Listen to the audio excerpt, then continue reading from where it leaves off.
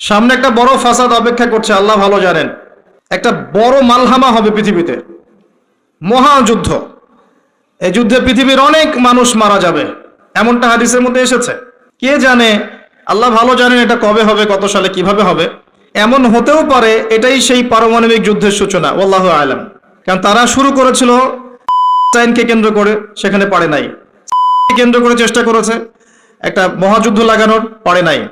সিরিয়াকে কেন্দ্র করে প্রায় হয়েই গিয়েছিল, এখানে অনেকগুলো দেশ ইনভলভ হয়ে গিয়েছিল, কিন্তু নিউক্লিয়ার যুদ্ধ পর্যন্ত যায়নি।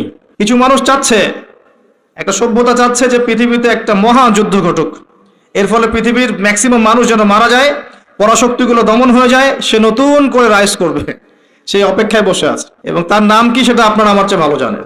প্রথম বিশ্বযুদ্ধের পরে একটা কান্ট্রি বিশ্বের রুলিং স্টেট হয়েছে, দ্বিতীয় বিশ্বযুদ্ধের পর আরেকটা কান্ট্রি বিশ্বের রুলিং স্টেট হয়েছে। এখন অন্য কোনো রাষ্ট্রকে যদি পৃথিবীর শাসন রাষ্ট্র হিসেবে আত্মপ্রকাশ করতে হয়, তাহলে বিশ্বে আরেকটা বড় যুদ্ধের দরকার আছে। জ্ঞানী মানুষ ইশারা বুঝবেন, তারা এই চেষ্টাই করছে।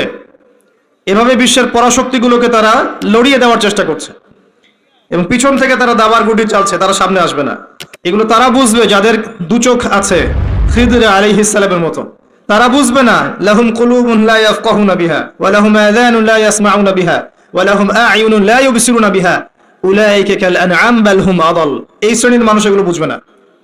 আল্লাহ সুবহানাহু ওয়া তাআলা পবিত্র কোরআনুল কারীমের মধ্যে একটা সংক্ষিপ্ত এবং সারগর্ভ সূরা নাজিল করেছেন, তার নাম সূরাতুল আসর।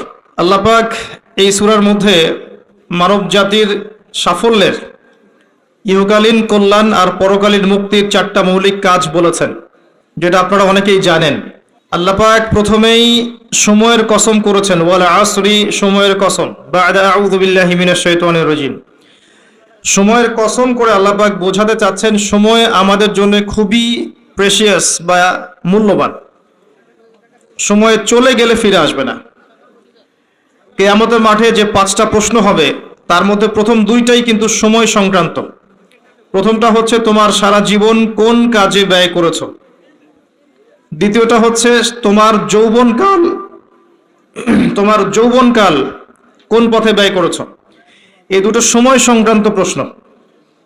আল্লাহ পাক এই সূরার মধ্যে ওয়াল আসরি দিয়ে শুরু করেছেন, সময়ের কসম। একই সাথে আল্লাহ রাব্বুল আলামিন সময়ের কসম করে আমাদেরকে অতীতের দিকে তাকাতে বলছেন। অতীতের দিকে তাকিয়ে দেখো যে প্রত্যেক যুগে যুগে আল্লাহ পাক নবী রাসূল প্রেরণ করেছেন, আসমানি কিতাব নাজিল করেছেন। প্রত্যেক যুগে যুগে যারাই আল্লাহ এবং তার রাসূলের অবাধ্য হয়েছে, আল্লাহ পাক দুনিয়াতেও ধ্বংস করেছেন, পরকালেও ধ্বংস করবেন।